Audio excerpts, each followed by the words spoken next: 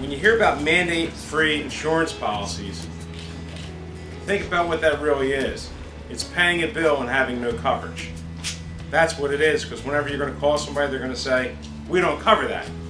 We don't have to, and we're not going to.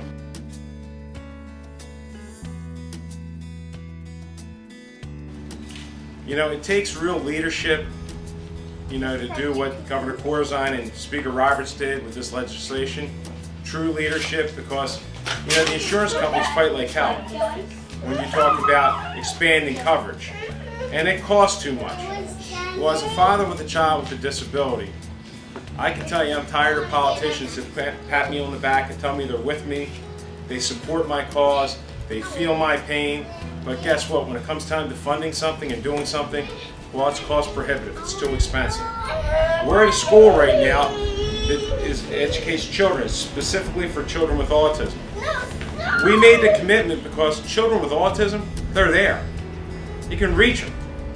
They can have very productive lives if caught early enough and given the opportunities, the speech therapy, the physical therapy. Given the opportunities, our children can be very, very productive children. It is a financial strain. You have to go through a lot of resources to get some things that are not covered. A lot of the stuff that we have to deal with as far as speech therapy, physical therapy and stuff, that's basically out of pocket expense because they don't cover it. Because they don't see autism as an actual lifelong disability. I'm thrilled that government is on the side and acknowledging that autism is real and is a medical disease that needs to be addressed and is real.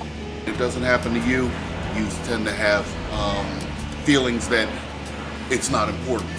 But sometimes you have to understand that other people go through life-changing situations that are very hard for them and very hard for their children. The insurance is going to help us get him what he needs so that hopefully he will be a graduate, you know, in the future, and hopefully he will have, you know, a job and, you know, hopefully a family. I find it sad that any leader would want to take advantages away and force it upon families to have to pay for out of pocket. They're children. They deserve as much rights as a normal kid, and they shouldn't be, you know, in the background or hidden. This is a problem. It's affecting everybody. I think if this gets repealed, it could be devastating for families who would have to pay out of pocket. It would have devastating impact. There would be services that wouldn't be rendered for the children, and a lot of children would probably fall through the cracks. Chris Christie is so wrong on this issue. I hope he hears this, and I hope he decides that he made a big mistake in saying mandate-free insurance is the right thing. This is what it's really about. You know, this is the face. This is real. It's not made up.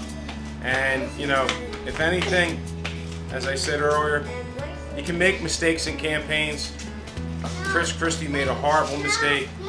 You can recognize when your opponent does something well. It doesn't hurt.